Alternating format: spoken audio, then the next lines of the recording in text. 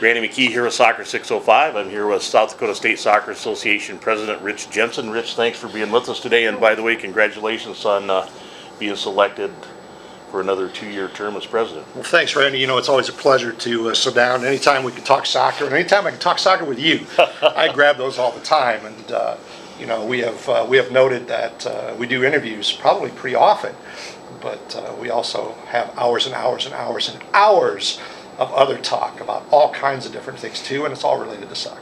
Well, you know, it's that old thing about the meeting after the meeting usually is the best meeting of all. But, you know, I wanted to really kind of corral a couple things for this interview because I know you're really busy right now. But, you know, you presidents of the Soccer Association kind of get 2-year chunks. Sometimes you get four-year chunks.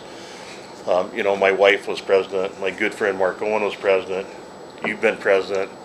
And sometimes I wonder with some of the stuff that you guys have to deal with, why you would even ask for a job like that.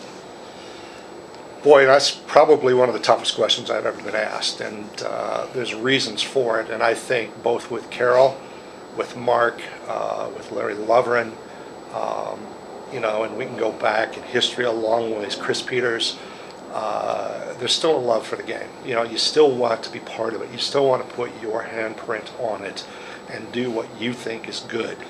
And that's kind of a sticky line to walk. And it's a fine line to walk because I also know that there is a point somewhere that what I think is still good for soccer may not be what some of the new generation that's coming up thinks is good, and they're the future. And so it may be that there is a time, and I would tell you right now that 2 years from now, that's probably a good sunset date for Rich Jensen to maybe step out of being involved that heavily with soccer.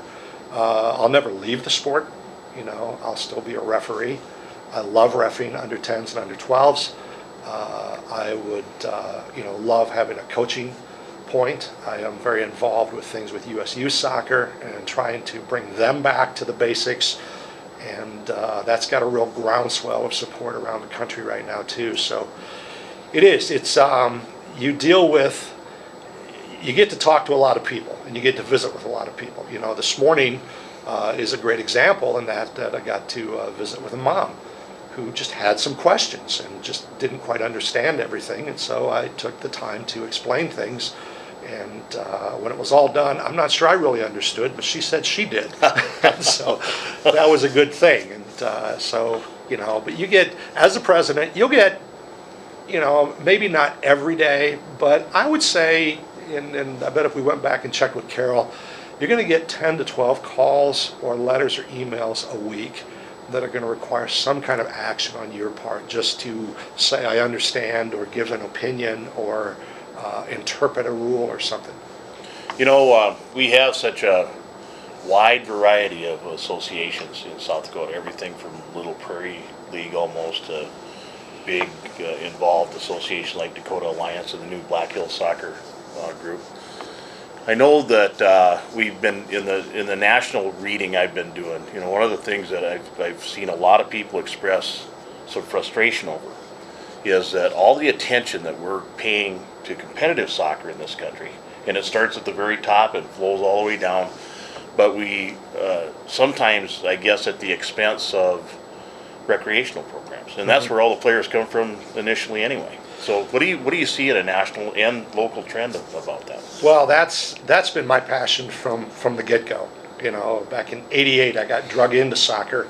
When my son signed up in '89, I became a coach voluntarily, and that's got quotation marks around it because it was, you know, either do this or. Yeah. And I've been part of South Dakota Soccer since 1997, but recreational soccer has always been the real key to the whole thing for the reasons that you just said. One is it is the base of what everything comes from. It's where we start everything. And the other part is with youth programming shrinking all over the place, from basketball to football to baseball to band to gymnastics to what have you. And it's not that kids are so much leaving these things, it's just that there are so many more opportunities for them that you see a lot of organizations going backwards. And South Dakota Soccer has held its own, but we've not put any gain into it for several years. In fact, we'll see 50 to 100 kids going backwards And so when you look at it from a business standpoint, then where is the opportunity for growth? And that answer is recreational soccer, and especially in some of the small markets. There are markets out there in South Dakota that we're not fully engaged in like we should be. There are markets in South Dakota that have no soccer that we could put soccer into them. And that's another topic, and hopefully we can get to that here in a little bit. Nationally, we're seeing the same thing.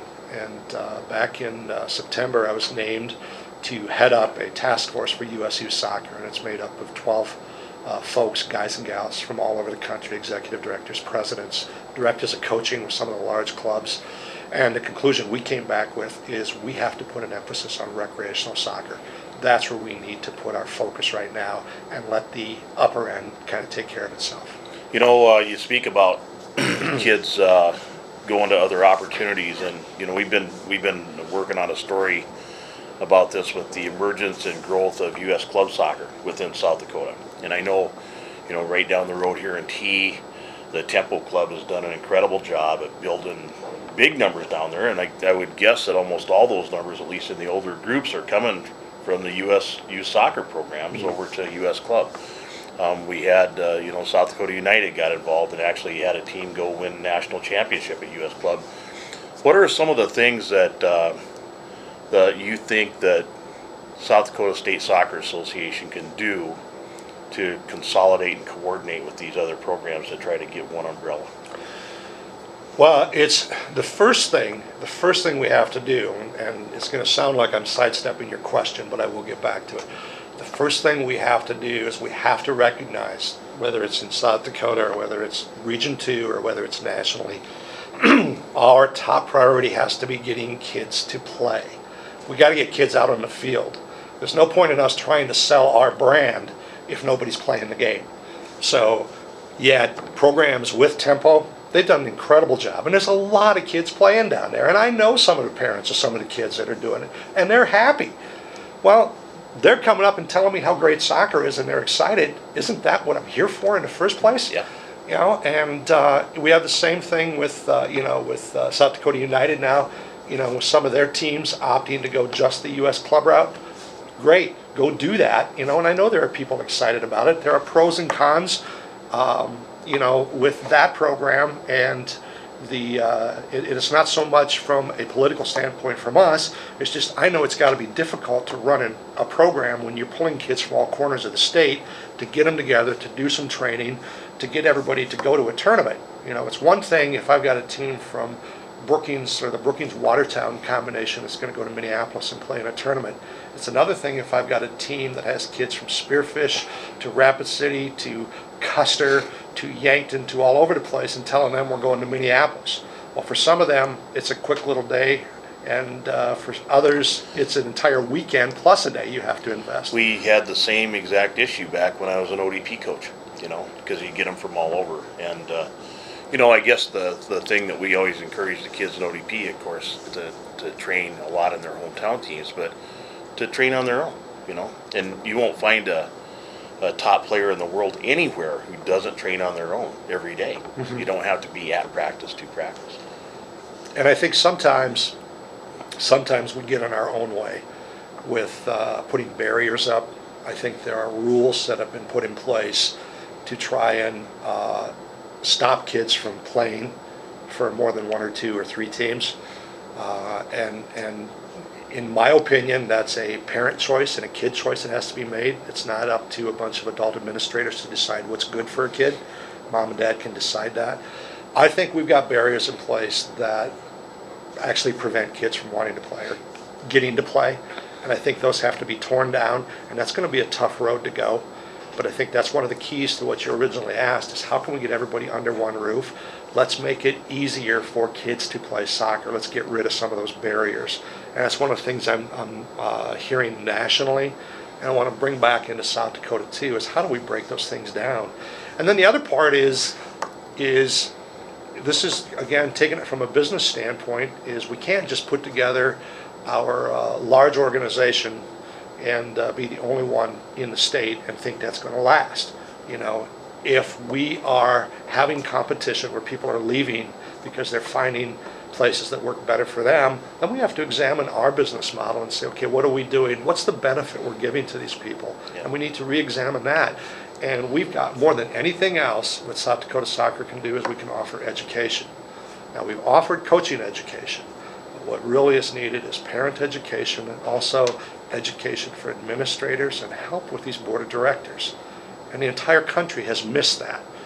Yeah. And South Dakota has missed that. And that's one of the things that we'd also like to see come around is what's the product we really got to sell? Why should you be affiliated with South Dakota Soccer versus U.S. clubs versus AYSO versus USSSA versus the YMCA or the Y Leagues or USL? I mean, there's so many opportunities out there now. SAY, PAY.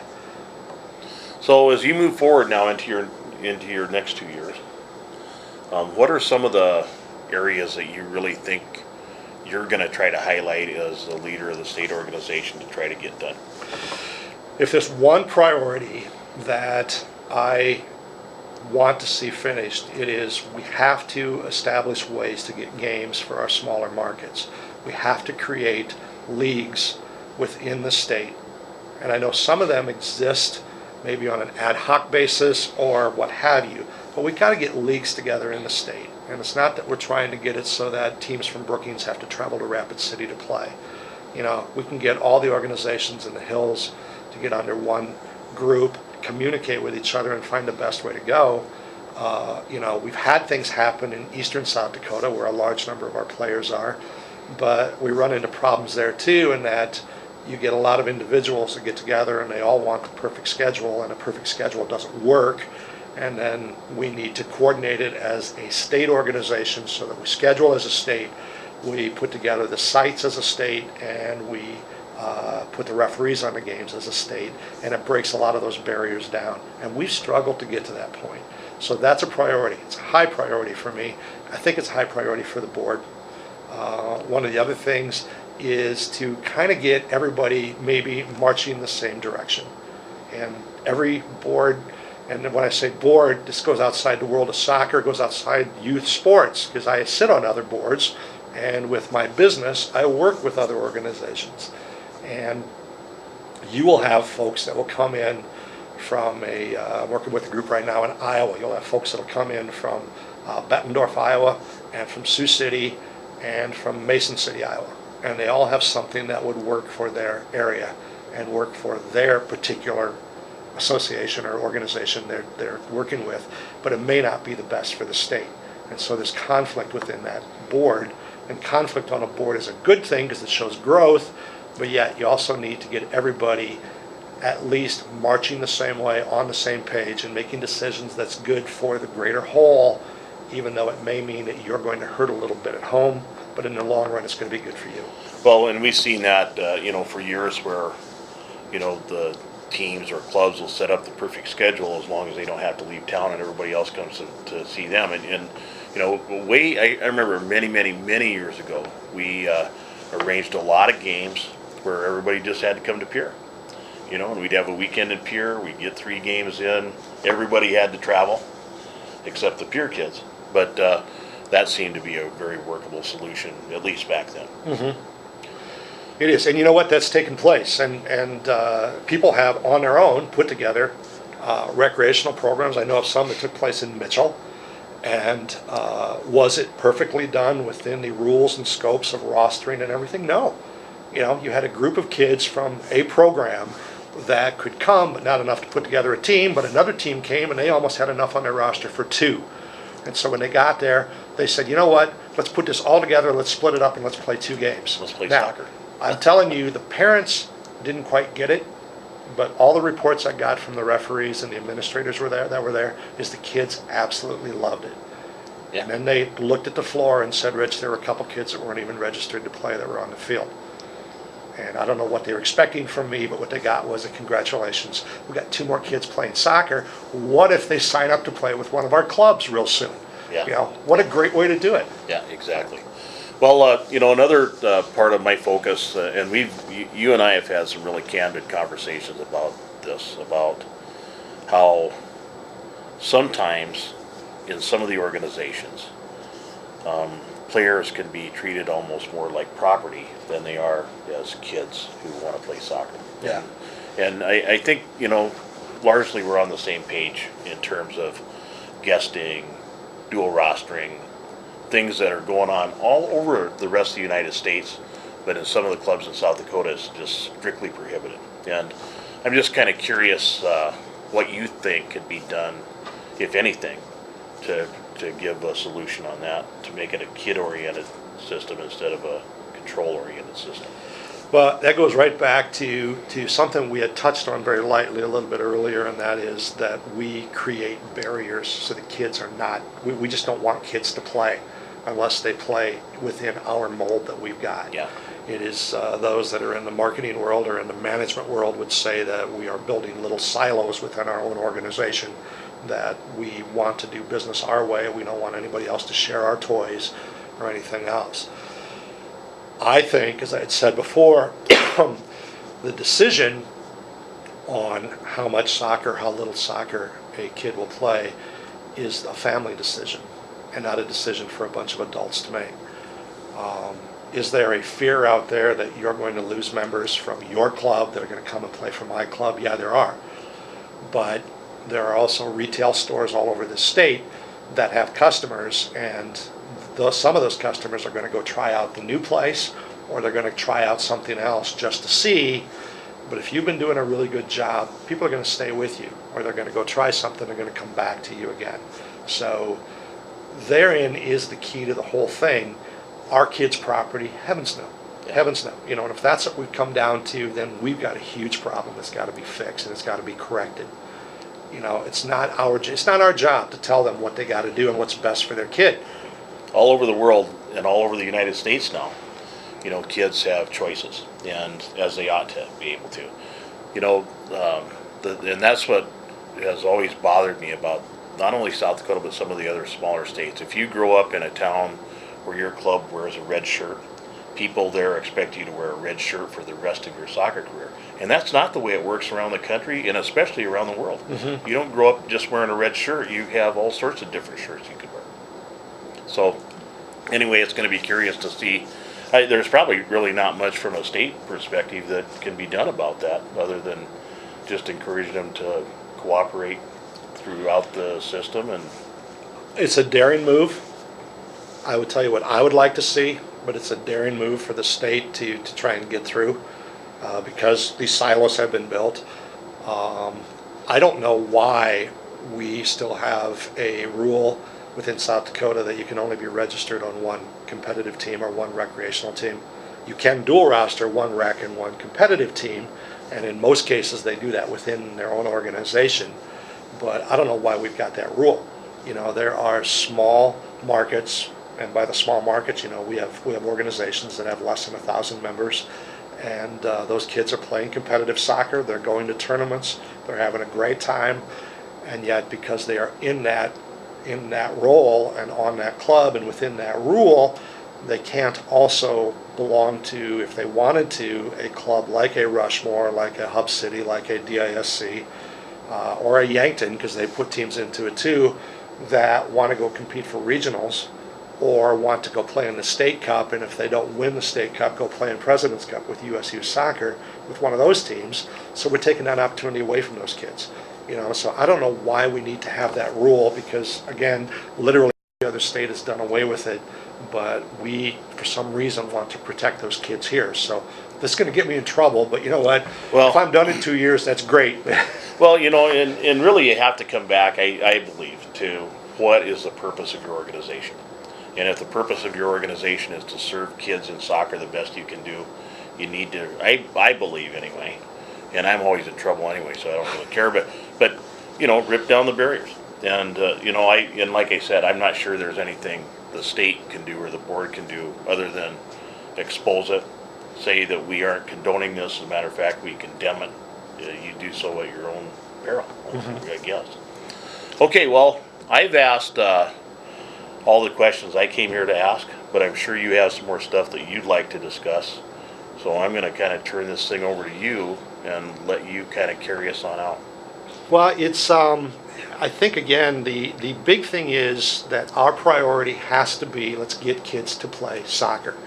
You know, and you and I have had that conversation, and the world doesn't know about the one conversation, although a few people do, but it was eye-opening, at least for me, hopefully for you a little bit too, is there were things that got said that just stopped me in the tracks. And I realized, you know what, I'm wrong. I'm taking this from a different perspective. Our whole emphasis has to be, number one, let's get kids to play. If they're going to play for U.S. Club, if they're going to play for AYSO, then they're going to play. If they're going to play for a park and rec program in a city, then they're going to play soccer, but that's what we're all about. And, you know, it might be an investment we have to make to help them get started now and give some resources to those groups with education by allowing them to come to our coaching clinics and everything else. That will pay off in the long run, and we'll get them to want to belong to South Dakota Soccer, or we'll get kids that will want to come play for one of our existing clubs, that type of thing. And so those are really big steps that we have to take. Don't focus so much on let's make sure kids belong to South Dakota Soccer. Let's make sure kids get to play. And if they're playing, then let's show them why it's an advantage to belong to us versus somebody else. Then we have that opportunity. You know, we've got their attention at that time.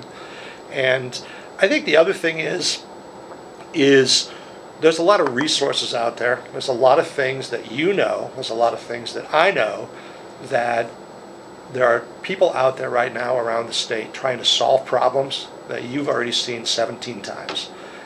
And so if we could somehow develop a way to find a forum, to put together a message board, to put together a Q&A. And here's the thing that I want to say. If I have a problem with my computer, or I have a problem with my vehicle, because I'm a do-it-yourself kind of guy, I go out and I can look on message boards all over the internet, and there's hundreds of them. And there's opinions on, here's what worked for me, here's what worked for me, go see this person. And you know, some of them don't work, but some of them do. Why should we ask people to try and reinvent the wheel and sweat small stuff when some of us have already seen it and we have a solution for it, and maybe our solution won't work for them, but somebody else might? We need to share more. We need to get together more as a soccer community and share ideas and throw things out and see what happens. It's just that's a really important key to the whole thing too. You know, you can't get away from soccer. You know that. Yeah. We can't get away. You know, I run into people all the time that gosh, I had somebody the other day came up to me, and I didn't, for the life of me, couldn't figure out who they were, but they knew me by name and knew that soccer was involved and told me how much fun it was when their kid was growing up. Yeah. So we still have those people. We still have cheerleaders out there, and we've got all these abilities to pull in all this knowledge and help everybody get better at what they're doing. So that's a big key to what we got to do too. Fantastic. Well, Rich, I need to get rolling on to the next interview. I'm sure you've got plenty to do, and I really do once again want to thank you for the tremendous access you've given us. Every time we've ever asked to talk to you, you've always sat down and had a candid conversation, and I can't say how much I appreciate that. We noted nationally, and I spoke at the Soccer Summit down in Dallas in November, and I'm going to do it again out in Philadelphia in January.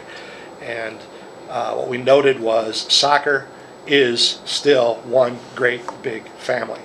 You know, we had South Dakota Soccer did not get involved in it, but we had tornadoes rip through Oklahoma and rip up a lot of fields and equipment, and devastating things and death for some soccer families that were a member of USU Soccer's family. Several of the states pledged dollars, they pledged resources, they gave equipment to help those programs get up and run again. There are stories all over this state to be told about the good things that are going on with soccer, and we don't tell those enough. We've got to do that. You give us that opportunity. I love what you guys do, and we'll jump on this anytime we can. Fantastic. Well, thanks a lot for checking in, and stay tuned for more, hopefully interesting soccer information for you. Thanks again, Rich. All right. Thanks, Randy.